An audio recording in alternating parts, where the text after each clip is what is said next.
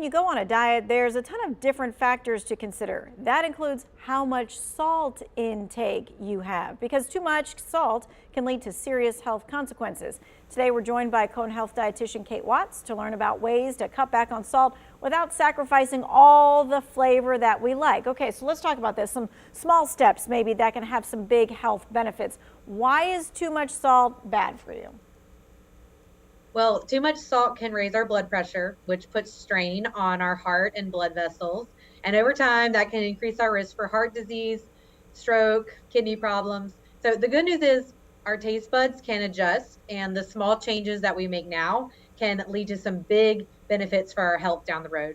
Okay, so a low sodium diet will keep us from maybe getting some of those things that you just mentioned. But what other benefits or changes would you expect people to feel if they were on a low sodium diet?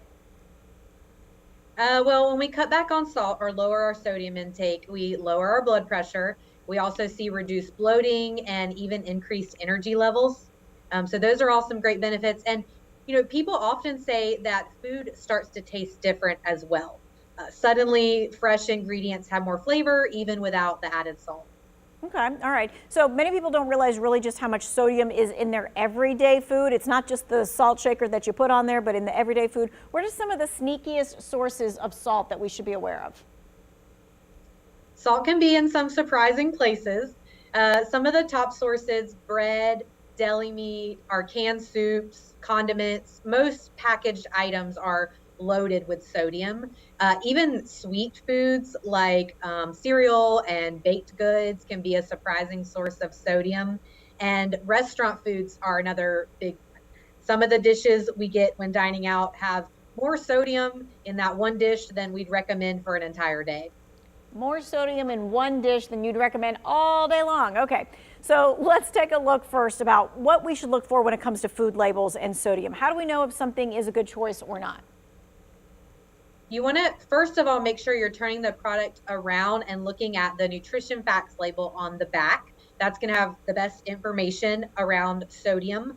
And then we want to aim for 140 milligrams of sodium or less per serving. That's considered a low sodium choice. And then you can also use the percent daily value. If you aim for products with 5% or less, that's a good choice. And you want to be cautious when things have 20% or more of that daily value for sodium. Okay, that is the threshold. The 20% or more, we should probably put that right back on the shelf. All right, let's talk about some easy swaps or salt alternatives that we can use at home to really kind of bring out the flavor and not reach for that salt shaker. Absolutely. Here in our teaching kitchen at the Cone Health Leonard J. Kaplan Center for Heart, Vascular, and Lung Health, we love showing people how to cook heart healthy, delicious meals without adding salt. And so we use fresh herbs, garlic, vinegars, citrus, other spices to really provide bold flavor. And so we're not sacrificing taste, but we're getting that benefit for our health in a large way. Okay. Are there some specific foods or maybe like food groups that people should focus on just avoiding to lower their sodium intake? I mean, there's ones that we might need to taper off some. Yeah, so again, I would say to really think about the types of meats you're purchasing, because a lot of those, for preservative reasons, have added salt. And there's not a really specific food group. Otherwise, low sodium grains would be a good choice. It's really watching those packaged items and cutting back on those and choosing more fresh, whole ingredients where you can. So a lot of us, we have the canned foods, we have some frozen meals because life is crazy sometimes and you just need to have those kinds of staples. How can we reduce sodium when we're using these kinds of foods? When you're shopping for these kinds of items, you can look right on the front of the package and look for unsalted or no salt added. It's going to be right there with the title of the food. That's your best choice. You can also look for low sodium and reduced sodium as much as possible. Also, when we're shopping for canned items, if you're using canned veggies, canned beans, when you get home and are using them, you can actually rinse them under running water and it can remove up to 40% of the sodium that's in the food naturally and also that's been added to the food. And then lastly, those frozen meals, that's a tricky one. That's a little more difficult. but look at that nutrition facts label and aim for items with 600 milligrams or less per serving. Okay, 600 milligrams or less per serving. All right, now let's talk about the eating out. You said that sometimes one meal can do our entire sodium for the day. So let's talk about what is our entire sodium of the day, and then let's talk about how we can keep our sodium in check at a restaurant. Sure. So the American Heart Association recommends that we limit our sodium intake to 2,300 milligrams of sodium per day or less. And then if you have heart disease, you're already managing a heart condition or high blood pressure, you could benefit by limiting that even more down to around 1,500 milligrams per day. Okay, I got a question for you. You said 2,300 milligrams. None of us know what that looks like. So I'm thinking to myself, how much of that is in my hand, in my spoon? What does that look like? So actually, just 1 teaspoon of table salt has 2,300 milligrams of sodium. Okay, so 1 teaspoon, or did you say tablespoon? I'm sorry. 1 teaspoon per day. Okay, all right. So then how do we do this with a restaurant then? How do we keep our sodium in check at a restaurant? The biggest challenge we have at restaurants are the portion sizes. So if you can be mindful of your portions and ask for condiments and sauces to come on the side, you can actually, keep a pretty good handle on the sodium that you're taking in when you're dining out. Another tip is to look over the menu for more grilled items and less fried items, and to choose fresh ingredients when possible.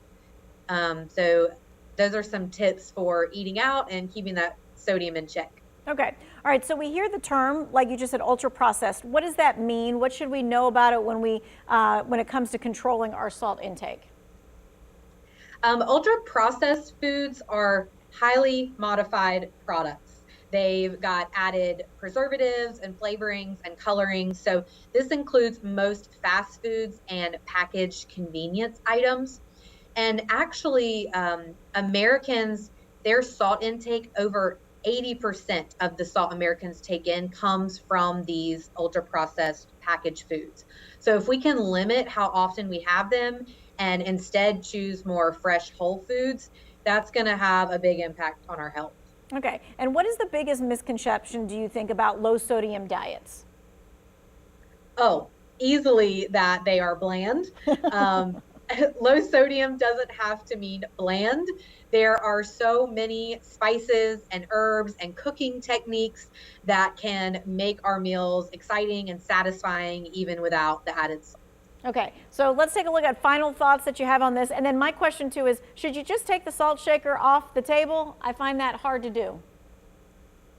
Okay, sure. So with intake of sodium, small changes are going to add up. So one small change at a time. We talked about herbs and spices, right? So that could be, using a fresh squeeze of lemon on your veggies, or some smoked paprika on your meats, or some fresh basil in your pasta dishes. Small changes can be swapping out one salty snack. It could be cooking one meal at home with fresh ingredients, or reading one food label before purchasing an item. It can be removing the salt shaker off of your table and just taking away the temptation altogether.